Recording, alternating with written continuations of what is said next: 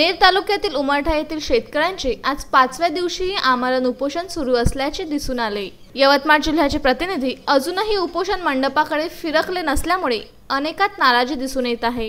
नेर तालुक्यातील उमरठा येथील शेतकरी यांनी कर्जमाफीला लाभ देऊन नवीन पीक कर्ज मिळावे या मागणीसाठी नेर तालुक्यातील उमरठ येथे शेतकरी साहेबराव पांडुरंग रंगारी यांना शिरसगाव येथील युनियन बँकेसमोर आमरण उपोषण सुरू केले।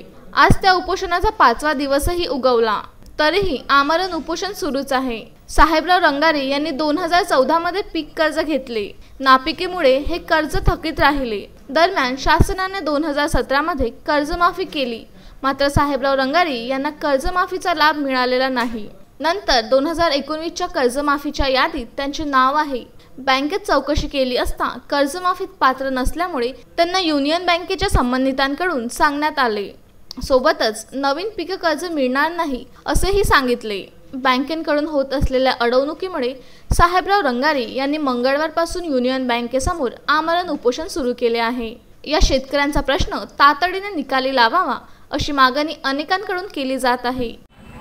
मी सुनील खाडे, तालुका अध्यक्ष राष्ट्रवादी काँग्रेस पार्टी। या ठिकाणी आज कालसुद्धा मी या ठिकाणी येऊन गेलो। दिनांक 27 तारखेपासून या ठिकाणी युनियन बँकच्या टाळाटाळ या धोरणामुळे साहेबरावजी रंगारी यांना 2017 मध्ये कर्जमाफीमध्ये त्यांचं नावसुद्धा होतं, परंतु त्यांनी सतत त्या बँकेमध्ये जाऊन त्या बँकेला विनंती केली की मला कर्जमाफीमध्ये नाव आहे, मला कर्ज द्या, परंतु त्या बँक मॅनेजर आणि त्या सरकारी कर्मचाऱ्यांनी त्यांनी टाळाटाळ केल्यामुळं त्या कर्जमाफीपासून ते वंचित आहे। आज दिवसानुदिवस शेतकऱ्यांची परिस्थिती हलाखीची आहे। आजची परिस्थिती पाहिली तर कापूस सोयाबीन हे शून्य म्हणजे ना पिकीसारखं आहे, म्हणजे खर्च निघणं सुद्धा मुश्किल झालेलं आहे। या परिस्थितीमध्ये शेतकऱ्याला या बँक हे कर्ज देण्यास टाळाटाळ करत आहे। यामुळे या बँकेच्या मॅनेजरच्या विरोधात यांनी या शेतकऱ्यांना अगर या सोमवारपर्यंत यांना न्याय दिला नाही तर आम्ही राष्ट्रवादी काँग्रेस पार्टी रस्त्यावर उतरून त्यांना धरणे आंदोलन त्यांच्या बँकमध्ये जाऊन त्यांना आम्ही सबक शिकू।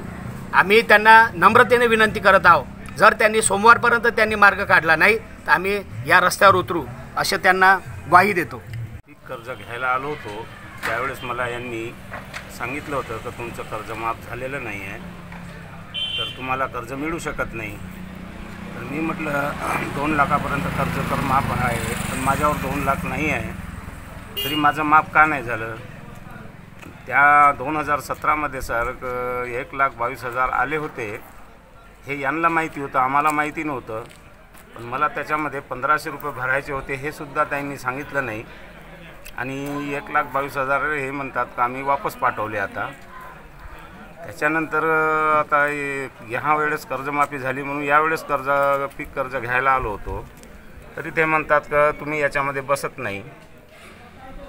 मधातनी 10,000 रुपये आले होते, ते सुद्धा त्यांनी वापस पाठवले। यावेळेस 1,06,000 रुपये आले, तर मी म्हटलं मला पीक कर्ज द्या, तर तुमचं जमणार नाही म्हणे। मी फाईल वगैरे लावायची सांगितली, यांनी मला फाईल 1 महिना ठेवून वापस दिली। तर म्हटलं का बसत नाही, कोण्या नियमानं बसत नाही हे मला सांगा। त्याच्यानंतर हे काही आपले नेते लोक आले, यांनी त्यांना पूर्ण डिटेल काढायला लावली। त्यावेळेस स्वतःचे बँकवाले म्हणतात तर हे 1,20,000 आले होते त्यांचे, पण यांना 1500 रुपये भरा लागले असते तर यांचं काम होतं मला सांगायचं तर तुम्हाला 1500 रुपये भरा लागेल, त्यावेळेस तुमची कर्जमाफी होणार। तर हे चुक्या हे एक कास्तकारावर, हे यांच्या बँकेच्या चुका कास्तकारावर टाकतात। त्याच्यामुळं मी खूप परेशान झालो आहो। 3 महिने झाले मी या बँकेच्या मागं फिरतोय, पण हे खूप टाळाटाळ करून मी परेशान झालो, त्याच्यामुळं मला हे कदम उचलावं लागला। नवनाथ दरोई, विदर्भ न्यूज, नेर।